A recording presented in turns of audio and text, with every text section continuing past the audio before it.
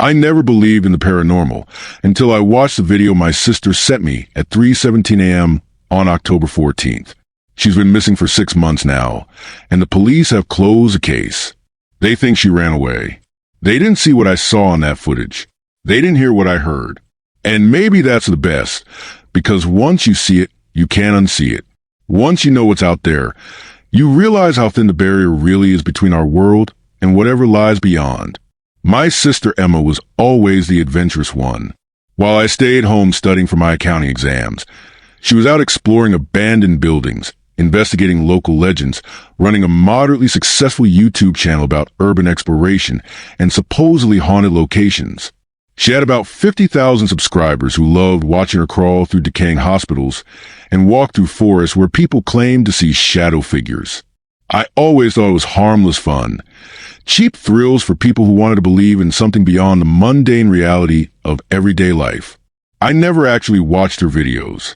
I was too busy, too focused on my career, too practical to waste time on ghost stories and creepy places that were probably just dangerous due to structural damage and nothing more supernatural than that. The last time I saw Emma in person was at our mom's birthday dinner.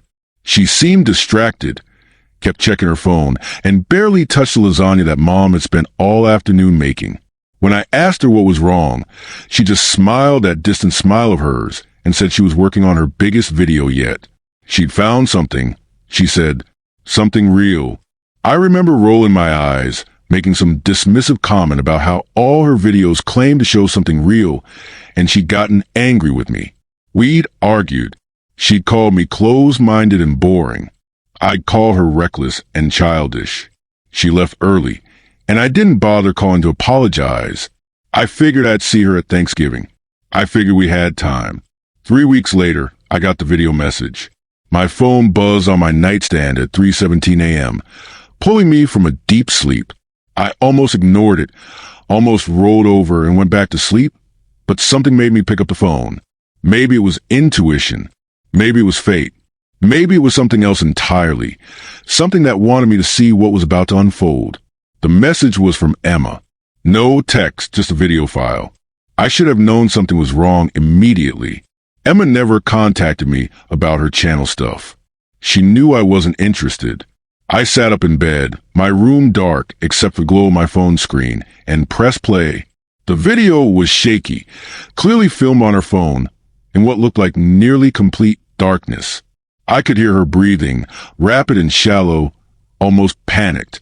The camera moved jerkily as she walked, and I could make out rough stone walls on either side of her, glistening with moisture. She was underground somewhere, in a tunnel or cave system. I could hear water dripping somewhere in the distance, each drop echoing in confined space. Then her voice, barely above a whisper. She was talking to herself, or maybe to whoever would eventually watch this. She said she'd been exploring an old network of tunnels beneath an abandoned asylum about 2 hours outside the city. Local legend claimed that in the 1950s, doctors had conducted experiments in these tunnels, things that were too terrible to do in the main hospital where orderlies and nurses might see. The story said patients disappeared down here, that screams echoed up to the ventilation shafts at night, that something dark and hungry had been awakened by all that suffering and pain, and it had never left. Emma said she'd been in the tunnels for about 3 hours, getting footage, documenting the weird symbols carved into walls, the old rusted gurneys and surgical equipment left to rot in side chambers. Standard stuff for her, or so she thought. But then she'd found the door, her camera focused on it, and even through the poor quality of the phone video, I could see it was wrong. It was a heavy metal door, but it didn't look institutional. It looked ancient, somehow, covering more of those symbols she'd been finding, carved so deeply into the metal that they must have taken years to create. The symbols weren't like anything I recognized. They seemed to twist and move in the flashlight beam, though that must have been a trick of the shadows. The door had no handle, no visible hinges, no lock. It shouldn't have been able to open at all, but there was a gap, just a few inches, and from that gap came a sound that made my skin crawl even to my phone's tiny speaker. It was a low humming, rhythmic and constant, like 1,000 voices all holding the same note, but underneath that was something else. Crying. The sound of children crying. Emma's breathing got faster. She said she should leave, should go back, but she had to know what was behind the door. I wanted to scream at the screen, wanted to tell my sister to run, but of course she couldn't hear me. She could never hear me. That had always been our problem. She put her hand on the door, and the moment her skin made contact with the metal, the humming stopped. Complete silence. Even the dripping water seemed to pause. Then the door swung inward, smooth and silent despite how heavy it looked, despite the rust coating its surface. The camera showed what lay beyond, and my hand started shaking. It was a room, circular, maybe 30 feet across. The walls were covered floor to ceiling with those symbols, painted in something dark and rust-colored that I desperately hoped wasn't blood. In the center of the room was a pit, a hole in the ground that seemed to swallow Emma's flashlight beam without reflecting any light back. I couldn't tell how deep it was. It could have been 10 feet or 10 miles. And around the pit, arranged in a perfect circle, were 12 chairs. Old wheelchairs, the kind they used in psychiatric institutions decades ago. And in each chair was a shape, a figure, human-sized but wrong somehow. They were wrapped in what looked like old canvas straitjackets, stained and rotting, and their heads were covered with cloth bags cinched tight around their necks. Emma moved closer, her footsteps echoing in the chamber. She was narrating in that whisper, talking about the scene, tried to be professional even though I could hear the fear in her voice. She approached the nearest figure and reached out to touch it. I wanted to scream at her to stop, but my voice was frozen in my throat. Her fingers brushed the canvas, and it crumbled like ash, falling away to reveal what was underneath. The figure was desiccated, mummified, its skin dried and leather-like and stretched tight over bones. But it wasn't the corpse that made Emma gasp and stumble backward. It was the fact that the body was impossibly small. A child. They were all children. The camera spun wildly as Emma backed away, and that's when I saw it. In the darkness beyond the chairs, on the far side of the pit, there was movement. Something was standing there, something tall and thin that didn't move the way a person should move. It swayed slightly, like seaweed in a current, and even though I couldn't make out any features in the darkness, I knew it was looking at Emma. I knew it saw her. Emma ran. The video became a blur of stone walls and darkness as she fled back through the tunnel. Her breathing was ragged, gasping, and I could hear her feet splashing through standing water. Behind her, echoing through the tunnel, was the sound of something following. Not footsteps exactly, but a dragging, scraping sound, like something heavy being pulled across the stone floor. And underneath that, getting louder, was that humming again, those voices. But now I could hear what they were saying, the same phrase over and over, though I couldn't understand the language. It sounded old, older than any language should sound. The video went on for another 2 minutes of Emma running through those tunnels, and all I could think was that she needed to get out, needed to reach her car and drive away and never come back. The scraping sound got closer. Whatever was chasing her was gaining. And then, suddenly, the video cut to black. Not like the battery died or she turned off the camera, but like someone had edited the video, created a clean cut to the next scene. When the image returned, Emma was somewhere else entirely. She was in a room I didn't recognize. Small concrete walls, a single bare bulb hanging from the ceiling casting harsh shadows. She was sitting on the floor with her back against the wall, and her face was pale, streaked with dirt and tears. She looked directly into the camera, directly at me, and started talking. She said if I was watching this, it meant she hadn't made it out. She said the thing in the tunnels, the thing that had been down there for decades, feeding on those children, feeding on suffering and fear, it had marked her. She could feel it in her mind now, scratching at the edges of her thoughts, showing her things she didn't want to see, showing her what it had done to those children, what it wanted to do to her. She said she'd made it back to her car and driven straight to this place, a storage unit on the edge of town where she kept backup equipment and files. She'd been here for 6 hours, afraid to leave, afraid to go home, because she knew it would follow her.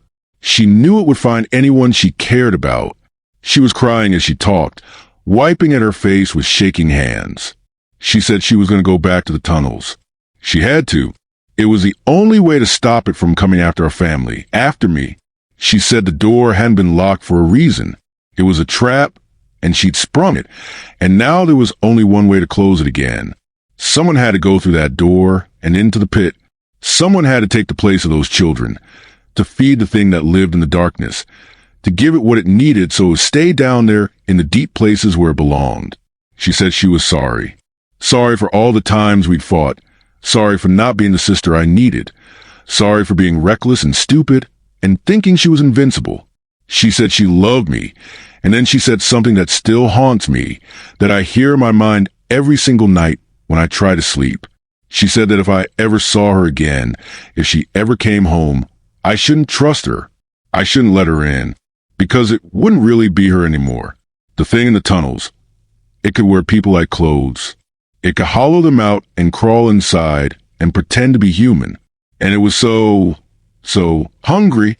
The video ended there.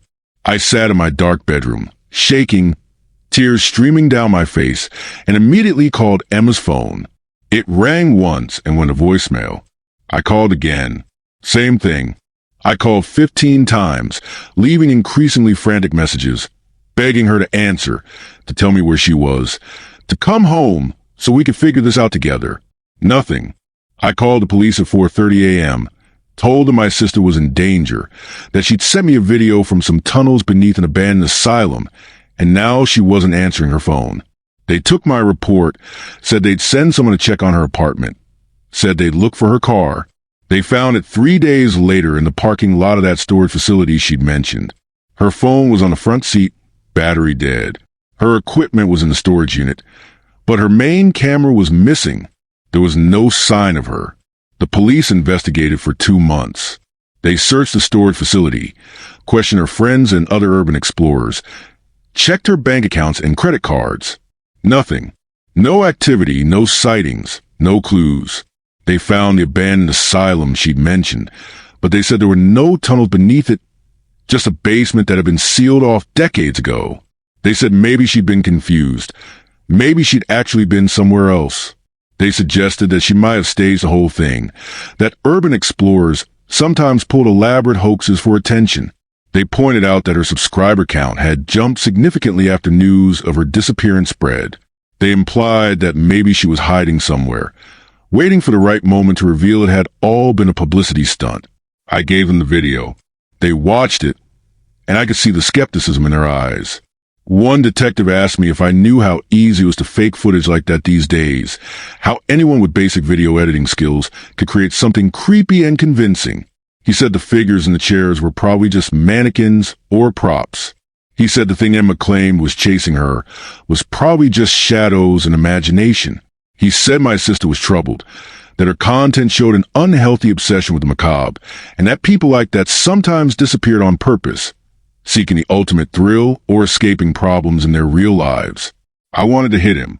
I wanted to scream that they didn't understand, that something had taken my sister, that she was out there somewhere, or worse, that she'd gone back to those tunnels and down into that pit, and now she was gone forever. But I could see it wouldn't matter. They'd already decided what had happened. Case closed. Missing adult, probably voluntary. Nothing to investigate. They told me to call if she made contact.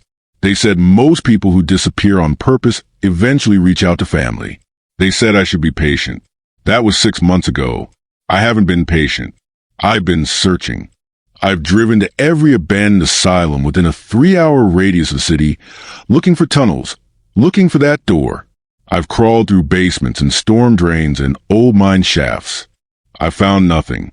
It's like the place Emma discovered doesn't exist, like it was never there at all, or like it only exists for certain people. People who are called to it somehow, people who are chosen.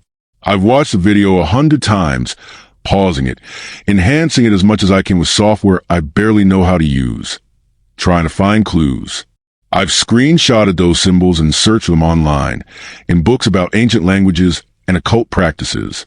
Nothing matches exactly, but I found similar markings associated with cults from various time periods, groups that believe in entities that lived in the spaces between spaces, creatures that fed on human suffering and could only be appeased through sacrifice. I've found stories about tunnels beneath various buildings, about doors that shouldn't exist, about people who went looking for truth and never came back. And I've had dreams, terrible dreams where I'm walking through those tunnels myself, where I can hear the humming getting louder and louder, where I find Emma sitting in one of those wheelchairs with a bag over her head, and when I pull it off, her face is gone, just a smooth expanse of skin where her features should be. In the dreams, the thing from the tunnel stand behind her, impossibly tall, impossibly thin, and it speaks to me in Emma's voice. It tells me she's still alive. It tells me she's down there in the dark, waiting for me to find her. It tells me all I have to do is walk through the door. I wake up from these dreams with tears on my face and the sound of that humming in my ears. Sometimes it takes hours to fade. Sometimes I'm not sure it ever really goes away. Just gets quieter, hiding in the background noise of my life. 3 weeks ago, something happened that made everything worse. I got a message on Emma's YouTube account. Someone had posted a comment on her last video, the one she'd uploaded the day before she disappeared. It was a simple video about exploring an old train tunnel. Nothing special, nothing that hinted at what was coming. The comment said simply, "She's still here. We're waiting for you." I clicked on the account that posted it. No profile picture, no information. Created the same day the comment was posted. The username was just a string of numbers, 031700, March 17th at midnight, the exact time Emma had sent me that video. I reported the comment, blocked the account, tried to forget about it. But 2 days later, another comment appeared from a different account. Same kind of username, more numbers, and the message was longer this time. It said, "The door is still open. She wants you to find her. She wants you to bring the light down into the darkness. She wants you to see what she sees now." I stopped reading the comments. I stopped checking Emma's channel at all. But the messages found other ways to reach me. Direct messages on social media from accounts with no followers and no posts. Emails from addresses that were just random combinations of letters and numbers. Even a letter delivered to my apartment, handwritten in handwriting that looked disturbingly like Emma's, but wrong somehow. The letters too perfect, too uniform. Like someone had traced her writing, but didn't understand the small imperfections that make handwriting human. The letter said she was sorry for leaving me behind. It said she understood now why it had to be this way. It said the thing in the tunnels wasn't evil. Not really. It was just hungry, just try to survive like everything else in this world. It said the children had been willing sacrifices, given by parents who understood that some things needed to be fed to keep the world in balance. It said Emma had joined them, had taken her place in the circle, and now she was part of something greater than herself. It said I could join her too if I wanted. All I had to do was find the door. I burned the letter immediately. I told myself it was a sick prank, that someone found out about Emma's disappearance and was tormenting me for their own twisted reasons. But part of me, a part one don't want to acknowledge, wondered if it really was from Emma, if she really was still down there, still somehow conscious and aware, trapped in that darkness and trying to reach out to me. Last week, I found something that changed everything. I was going through Emma's computer, something I'd done dozens of times before, looking for any clue I might have missed. This time, I found a hidden folder buried deep in her file system, protected by a password. I'd tried to crack it before without success, but this time, on a whim, I typed in that string of numbers from the YouTube comment, 031700. It worked. The folder contained video files, dozens of them, all dated in the weeks leading up to Emma's disappearance. They were recordings of her previous explorations, but these weren't the polished videos she uploaded to her channel. These were raw footage, unedited, everything she'd captured. I started watching them chronologically, and what I saw made my blood run cold. In every video from the last month before she disappeared, there was something in the background. At first, it was subtle. A shadow moving in a way shadows shouldn't move. A shape in the distance that was there in one frame and gone in next. But as the videos progressed, it got bolder, closer. In a video from 2 weeks before she vanished, I could see it clearly standing in a doorway behind her as she explored an old factory. Tall and possibly thin, swaying slightly. Watching her. In another video from a week later, it was even closer, just a few feet behind her as she walked through a decaying hospital corridor, close enough that it should have been obvious, close enough that she should have felt his presence. But she never turned around. She never saw it. Or maybe she did see it and didn't want to acknowledge it, didn't want to believe that something had marked her, was following her, was waiting for the right moment. The last video in the folder was dated the day before she disappeared. She was in her apartment, just sitting at her desk, staring into the camera. She looked exhausted, like she hadn't slept in days. She said she knew something was following her. She'd seen it out of the corner of her eye, heard it moving around her apartment at night when she was trying to sleep. She said it was getting harder to tell what was real and what wasn't. She said she had to find where it was coming from, had to find its source and stop it somehow before it consumed her completely. She said she'd been researching, had found references to tunnels beneath an old asylum, to a door that was supposed to be sealed but apparently wasn't anymore. She said she was going to go there the next day. She said if something happened to her, if she didn't come back, I should stay away. I should forget about her and move on with my life and never go looking for answers because some questions were better left unasked. Then she said something that made me pause the video, my finger hovering over the space bar. She said she loved me and she was sorry for everything and she hoped I'd understand one day why she had to do this. And then she looked directly into the camera and said my name, not like she was talking to a future audience, but like she was talking to me specifically, like she knew I'd be watching this video at this exact moment. She said I needed to stop looking for her. She said what happened to her was already in motion, already inevitable, and if I kept searching, I'd only draw its attention to myself. She said the thing in the tunnels didn't just take people. It claimed them. It marked them. And once you were marked, it would never stop hunting you until you either came to it willingly or it dragged you down into the darkness. I've been marked. I know that now. The messages, the dreams, the feeling of being watched wherever I go, these are all signs. It's been calling to me. Try to lure me to that door the same way it lured Emma. And the terrible thing, the thing I can barely admit to myself, is that part of me wants to go. Part of me wants to find those tunnels, walk through that door, and see what's on the other side. Maybe Emma is really down there. Maybe I could bring her back. Maybe I could end this nightmare. But I know better. I know that if I go, I won't come back either.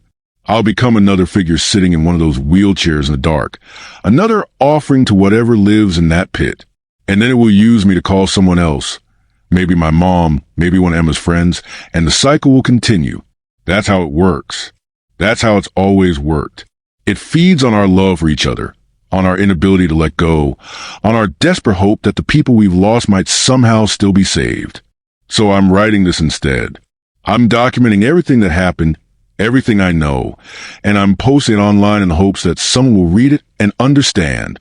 If you ever get a message from someone you love who's disappeared, if they tell you to find them, to come to them, to walk through a door that shouldn't exist, don't do it. Don't believe them. It's not really them anymore. It's something else wearing their voice, using your love as bait. Emma's last video has been viewed over 2 million times since she disappeared. Her subscriber count has jumped to over 500,000. People call her a legend, create fan theories about where she might be, make tribute videos analyzing every frame of her content, looking for clues. They don't know the truth. They don't know what really happened to her. And maybe that's okay. Maybe some stories are better left as mysteries, as cautionary tales, as reminders that there are places we shouldn't go and doors we shouldn't open. But I know the truth. I know my sister found something that should have stayed lost. I know she walked into darkness and didn't come back. And I know that somewhere beneath the earth, in tunnels that might not exist on any map, there's a room with 12 wheelchairs arranged in a circle around an endless pit. And now one of those chairs is occupied by someone who used to be my sister, someone who looks like her and sounds like her, but isn't her anymore. Someone who waits in the darkness, humming along with the chorus of voices, adding her own to the song that calls more victims down into deep places where the hungry things live. I've disconnected my phone. I've deleted all my social media accounts. I've stopped checking Emma's YouTube channel. I'm trying to break the connection, to sever whatever link has been established between me and the thing that took her. I don't know if it will work. I don't know if anything can work once you've been marked, but I have to try. If you're reading this, If you've somehow found this account of what happened to my sister, I'm begging you, learn from her mistake. Don't go looking for things that want to stay hidden. Don't explore places that should remain forgotten. And if you ever find yourself standing in front of a door covered in symbols you don't understand, a door that hums with the voices of the lost, turn around and run. Run as fast as you can and never look back. Because once you open that door, once you see what lies beyond, you can never close it again. And whatever lives in the darkness will spend the rest of your life trying to bring you back down into the deep where you belong, where you've always belonged, where you were meant to be from the moment you first heard the voices calling your name in the night. Emma recorded her last video at 3:17 a.m. She disappeared forever. And sometimes, late at night when I'm lying in bed trying to sleep, I can hear her voice carried on the wind, calling to me, begging me to find her, promising that everything will be okay if I just walk through the door. But I know better now. I know what she's become. And I know I can never, ever answer a call.